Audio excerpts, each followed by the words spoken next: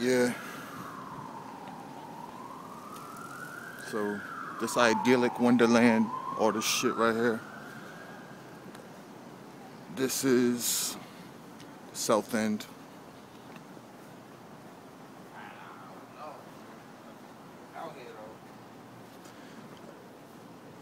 I think it was, what? A couple days ago I said I was gonna make a video. So fuck it, I might as well just do it now. There's a reason why this one's late. Essentially what happened was I was gonna do one on the 30th because it was gonna be like the 25th anniversary of Street Fighter dropping, and that's gonna be the whole backdrop for my upcoming graphic novel, The Lesson. Everything starts on that day. It's gonna be the whole setting, pretty much. But, you know, a couple things happened.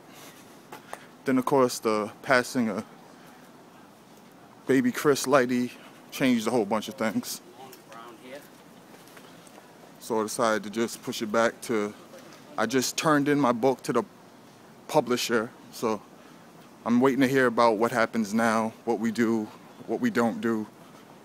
So I'm not even going to discuss that yet. But yeah, that book's been passed in. That's already happened. The important thing is what's going to happen now. Starting on September 3rd, I'm going to start immediately on the next project, which is, of course, as I mentioned, The Lesson. The Lesson is going to be set here in this neighborhood 25 years ago. It's going to be about everything that was happening in Boston, especially this neighborhood, which 25 years ago did not look like this. This didn't exist.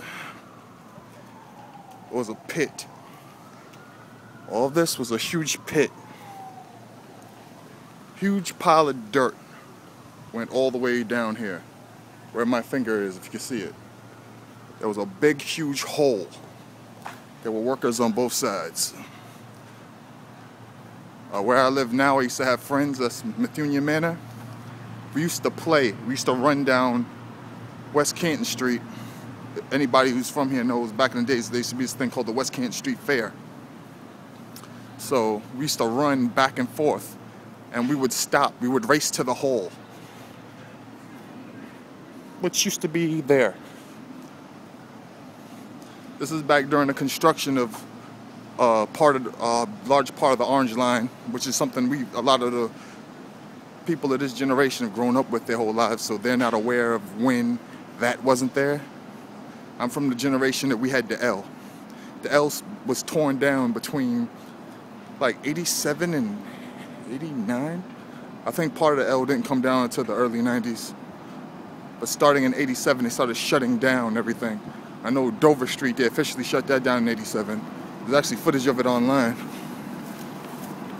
I'm actually going to talk about that in The Lesson. It's going to be part of what depresses my character.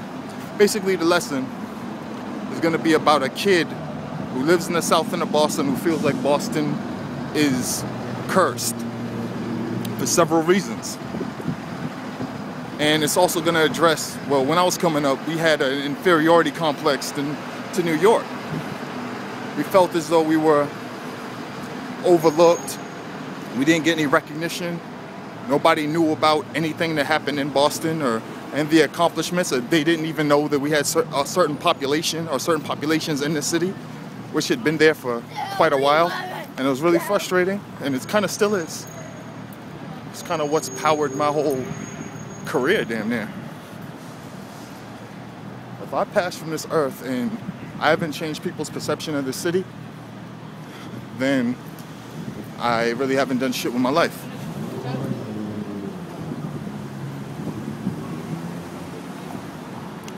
Like, I'm showing you what Boston looks like now because it's the polar opposite of how I remember it as I was a kid. Polar opposite. This is nice and shiny and attractive to tourists and pretty, and I could walk out here with my nieces and nephews and I don't even have to look over my shoulder. I was constantly aware of where I was and who was across the street and who was next to me. Not that I still don't do it today. It's inherent for me to do it now, but all I see are like tourists and hipsters. You know what I'm saying? I'm not worried that somebody from a gang that lives 2 streets over is about to try to, you know, rob me, or because my cousin did something to their brother, they're gonna try to stab me for something, or because I got beef with somebody. Shit, I mean, at this age, I certainly hope I don't. I have more supposed beef with people over me not liking their music. And you notice I did the air quotes for beef, because that's not beef. That's you being sensitive about somebody having an opinion. I know beef. I've lost people because of beef. They're dead. I'm a grown man. I know what beef is. I'm an adult. So, back to the important shit. This graphic novel is called The Lesson because there's a double meaning. The main character learns about himself in this journey, but also at the same time, whomever is reading the graphic novel is going to learn a lot about Boston and its history and how it was and how it is. Because I'm going to encounter a bunch of people who were in this neighborhood and thereabouts in 1987. For instance,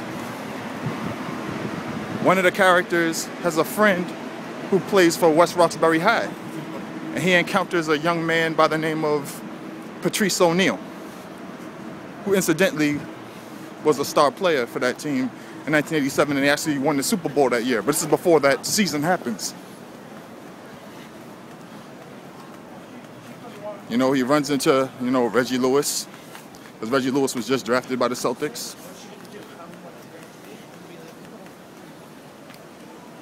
We reference a whole bunch of things that happened that year, like the shutdown of the L, including Dover Street Station, which I mentioned earlier. God, Darryl Whiting, and the New York boys, who came from New York and were allowed to sell drugs in certain sectors, the South End and Roxbury, and it wasn't met with a positive response by Bostonians, to say the least. Since it's going to be around the first day that Street Fighter ever came out in 1987 on August 30th, I'm going to do a lot of retrospective about the politics of the South End in relation to Chinatown and Via Victoria in that time, and Teddy Bear Arcade itself and what it meant to this community. A lot of y'all missed that. It was a seminal experience for a lot of us younger kids. A lot of y'all missed that. So I'm going to touch on that. A bunch of other stuff. If you wonder what the hell I'm listening to, I'm listening to Rhapsody's album, The Idea Beautiful. This is dope. She does like subscribe to the Jim Jones school of overdubs a little bit, but you know, it doesn't matter, it's still dope. Yeah, but this book is going to be, basically this is what I'm aiming for. It's going to be a graphic novel. Probably somewhere around, I'm shooting for 144 pages. Hoping that it could probably range into being either animated or possibly a film. So that's what I'm aiming for with this. This is Newbury Street, if you're wondering.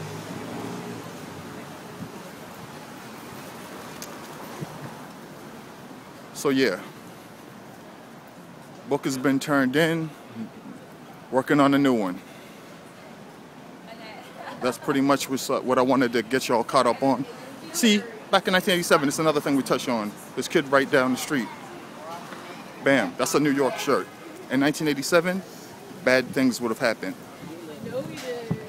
He would have had that shirt taken off of him forcibly. Forcibly. There's actually a scene that happens. So I'm running on 10 minutes right now.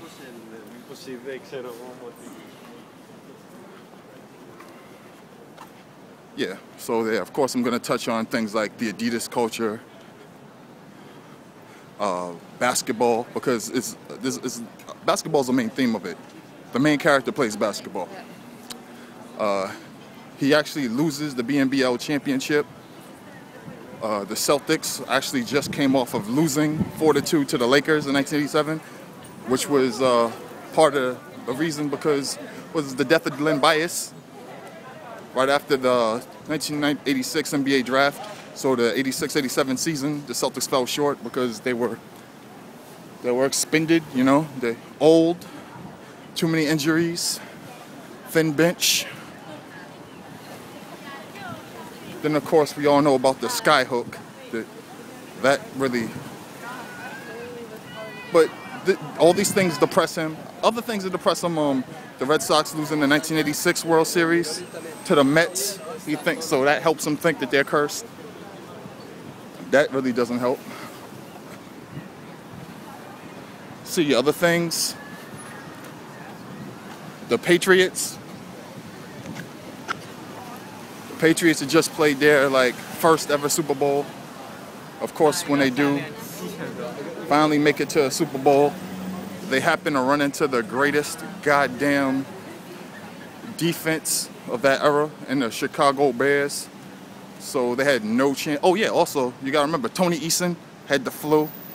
Tony Eason got the flu before the Super Bowl. So Steve Grogan ended up being the backup quarterback, ended up being the quarterback.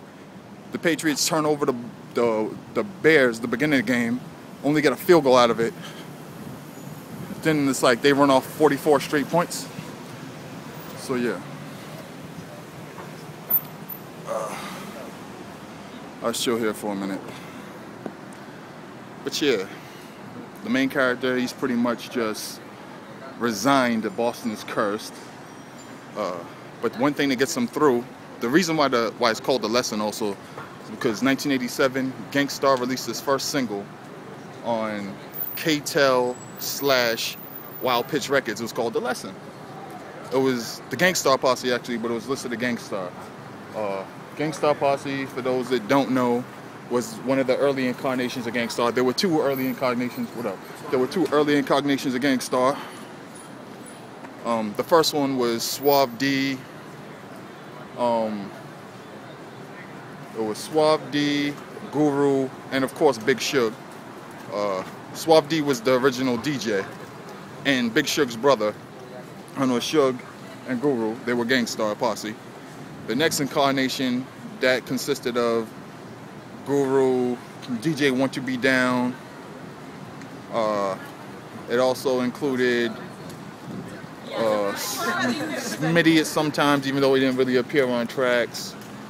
A couple other cats that actually did appear on tracks. But what ended up happening is that Want to Be Down wanted to go back to Boston. After the first two singles, the third kid that showed up, the third dude that was on most of the Gangstar recordings, he didn't show up on them anymore. So what ended up happening was the former DJ Premier had another name before, but he was already on Wild Pitch in a developmental deal. And he was hung out to dry, Guru was hung out to dry. They started hanging out and they became the next Gangstar. Their first tracks were produced by DJ Mark the 45 King. Then they started learning how to produce and they started producing together. And then later on, the brunt of production was handled by DJ Premier. But their first single came out in 1987. It was called The Lesson. Also, another thing that happened in 1987 that's also going to be addressed in the book is the first MC ever signed to Atlantic was a Boston rapper named MC Spice. He made a song, Don't Treat Your Girlie Like a Dog, Dog, Dog. We addressed this. What ends up happening, everybody forgets that song is made because some girl from Brooklyn named Light put out a song called I Can't Understand You Sam. So he's convinced Boston is cursed. So yeah, 144 pages, dropping soon. Look out for it.